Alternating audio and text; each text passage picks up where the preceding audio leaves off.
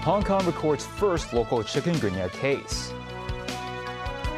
Association of Southeast Asian Nations adds first new member since 1999. And Sino-US trade talks wrap up in Kuala Lumpur.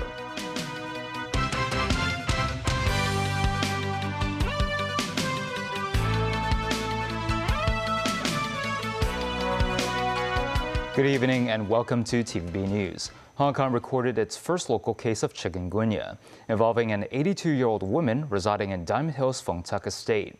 Initial checks indicate the likelihood of the virus having been spread throughout the housing estate, with more than 10,000 people at risk of infection. Hong Kong's latest case of chikungunya, and the first case originating locally, reportedly involved a woman living in Fung Tak estate, Sui Fung House. The Center for Health Protection said the woman experienced ankle pain and swelling starting on the 18th of this month. She subsequently suffered from fever and joint pain in her arms and legs before seeking medical help from a private doctor. The woman was later confirmed with a chikungunya infection at Kwang Hospital's A&E ward. Health authorities determined the case to be of local origin owing to her lack of travel outside of the city over the past month. This as more than 10,000 residents in the housing estate are at risk of infection. Authorities reminded such individuals to call the government hotline if they experience symptoms such as fever or joint pain after October 1st. CHP controller Edwin Cui said the patient did not leave Wong Tai Sin or the area surrounding her housing estate throughout her incubation period. The source of her infection has yet to be confirmed. Regarding the risk of a viral outbreak, authorities stressed that finding other possible cases and mosquito eradication need to be prioritized. They added the infection risk can only be halted after at least 12 days of mosquito control work. Sources say the woman frequented locations such as Fengchun Court, Tsuwonshan Shopping Center, and Plaza Hollywood. Secretary for Financial Services and the Treasury, Christopher Hui, revealed more details about the bottled water scandal during an exclusive interview with TVB News. He said officers from the Government Logistics Department, or GLD, failed to report the suspicious signs to the Central Tender Board during the procurement process. Samantha Lee has more. The Audit Commission's review indicates a procedural lapse. Despite two submissions of fraudulent documents by Xing Trading, GLD merely asked for resubmissions instead of alerting the Central Tender Board. Speaking with TVB News, Secretary for Financial Services and the Treasury Christopher Hui suggested that the negligence was possibly due to time pressure.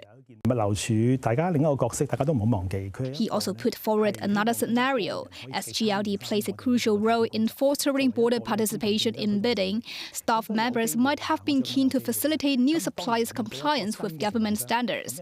And the staff in this case may have been thinking only from a facilitator's point of view. According to general practices, tender results have to be approved by the chairperson of the Central Tender Board. Did the chair notice anything wrong in advance?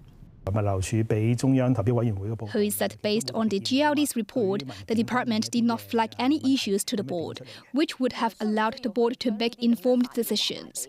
While he believed the event was inherently a scam, he will refer it to the relevant law enforcement entities if criminal elements are discovered. Samantha Lee, TVB News. China's top trade negotiators said they have reached a preliminary consensus with the U.S. after 2 days of wide-ranging discussions in Malaysia. U.S. President Donald Trump said he expects a comprehensive deal on issues, including fentanyl, when he meets President Xi Jinping during the APEC summit. Danny Zhou reports. Day 2 of the China-U.S. trade talks in Kuala Lumpur. Chinese economic officials, including Vice Premier Li Feng and top trade negotiator Li Chenggang, arrived at the convention center to meet their U.S. counterparts, as both sides seek to avert further escalations in a trade war. Li Feng was seen waving at the media pool when he left the venue on the first day.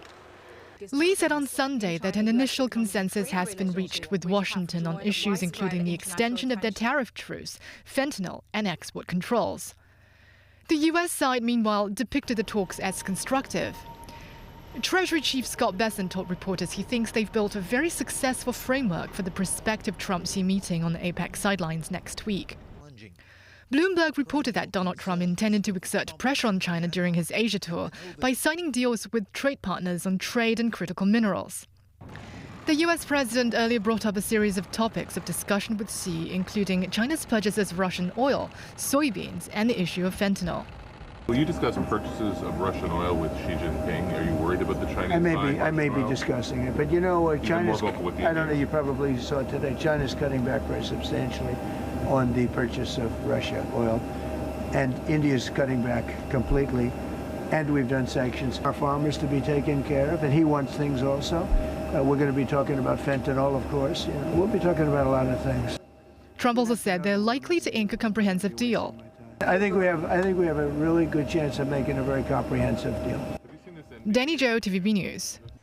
Donald Trump has said he will further raise duties on Canadian exports to the U.S. by 10% after an advert in Ontario featuring Ronald Reagan. The foundation set up in the former president's name were angry because they say the excerpts from a speech made by Reagan in 1987 do not fully reflect his views, and permission was not granted to use the material. Canada are the only G7 country not to make a deal with the U.S. over tariffs, and Trump says they deserve to be punished. Well, Canada lied. I mean, what they did was terrible. They made up a fake statement by President Reagan. Reagan was a big supporter of tariffs when needed, and we need tariffs for national security, and they totally turned it around because they're getting hurt by tariffs and we're gaining by tariffs. They've used tariffs on us when we had different presidents very successfully, and they've taken a lot of money out of our country, and now we're taking it all back. So they went out and they made a fake commercial. The Reagan Foundation went crazy when they saw it because it was, you know, the opposite. It was the opposite of what Ronald Reagan liked tariffs, and when necessary, he would use tariffs. And still ahead, Ireland elects its third female president. Local officials spend their Sunday promoting Let's Go election. And for the first time, a Cantonese version of the National Games theme song.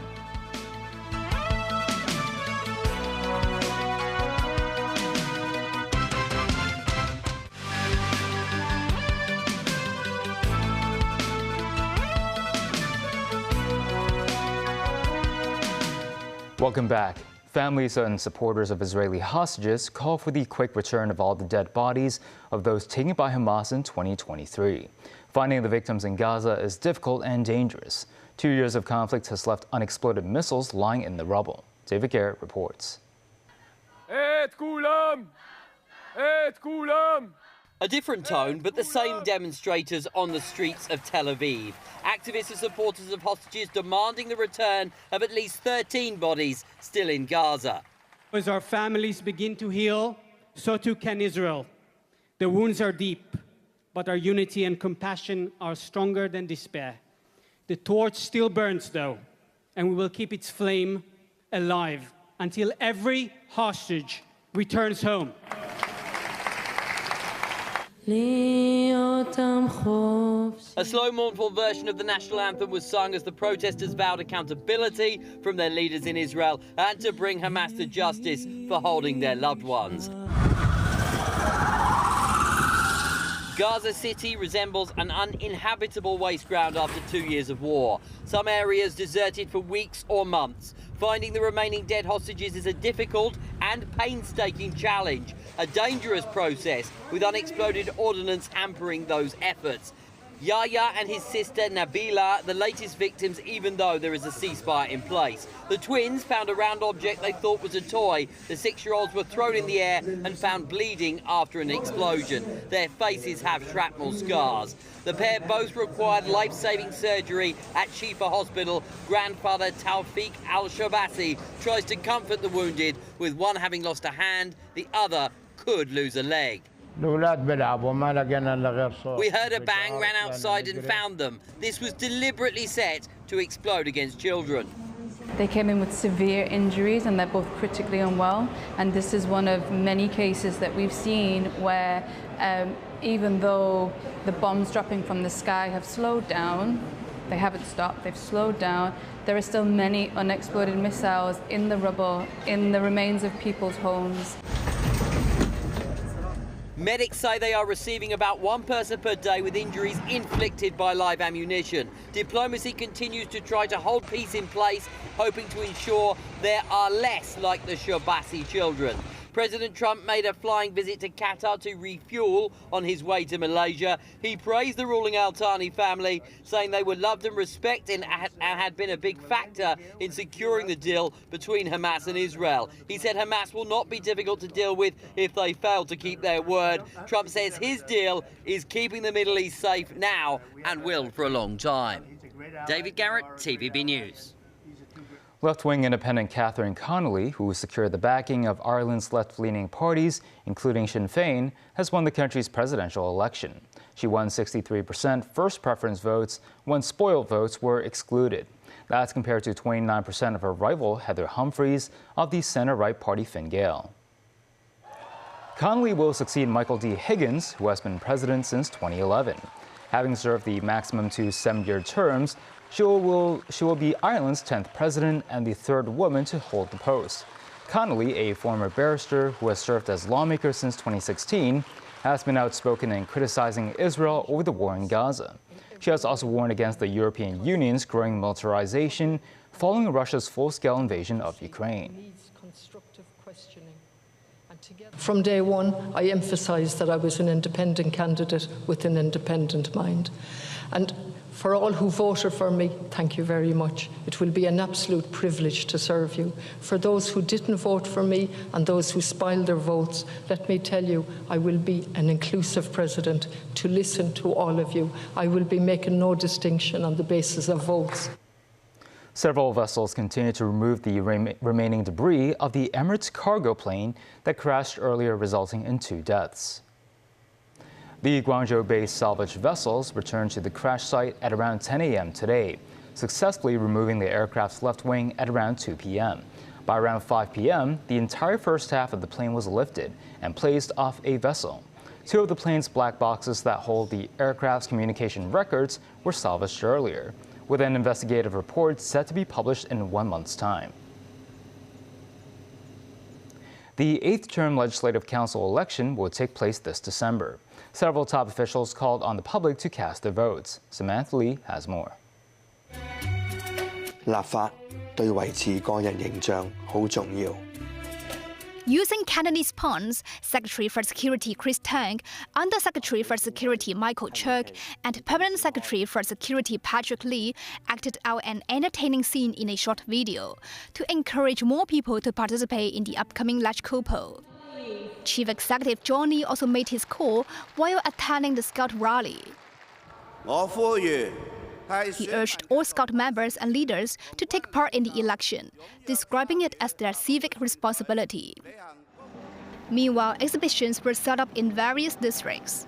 In a shopping mall in Saiwan, Chief Secretary for Administration Eric Chen said residents should take a look at the candidates' background and election platforms before casting ballots. He added that patriots could also hold diverse views on particular social issues. In another event, Secretary for Education Christine Choi also urged all sectors of society to vote on the polling day. Samantha Lee, TVB News. The Cantonese version of Magnificent Momentum, the theme song for the upcoming National Games, was officially released on Saturday. It is the first theme song for the event to have an official version in the Southern dialect. Let's have a listen.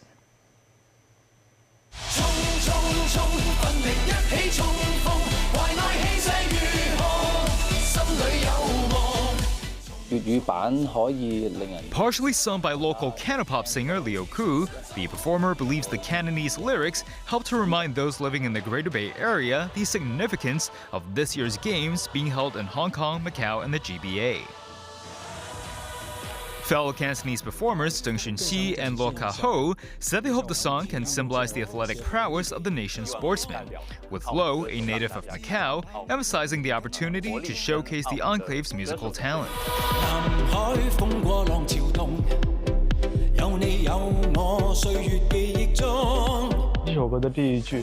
This is Cui Xixuan, the lyricist for the song's Cantonese version, noted how he was deeply inspired by Hong Kong's rich pop music heritage.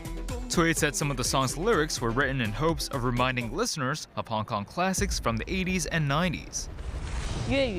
Meanwhile, the director of the music video, Hwang Min-lee, believes the Cantonese lyrics are meant to unite the shared cultures of Hong Kong, Macau, and the GBA. Police seized suspected ketamine worth about $90 million as an industrial unit in Hung Hom and arrested an Israeli national in connection with the case. A total of 8 boxes of suspected ketamine were seized, each weighing about 25 kilograms, for a total of around 200 kilograms.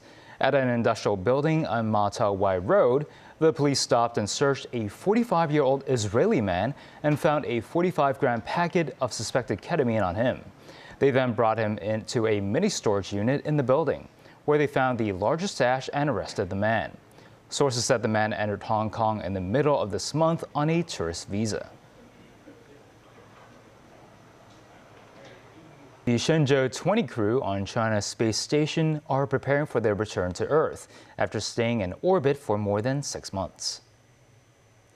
The trio, Chen Dong, Chen Zhongrui, and Wang Jie, are continuing with their experiments and equipment maintenance while getting ready for their journey back.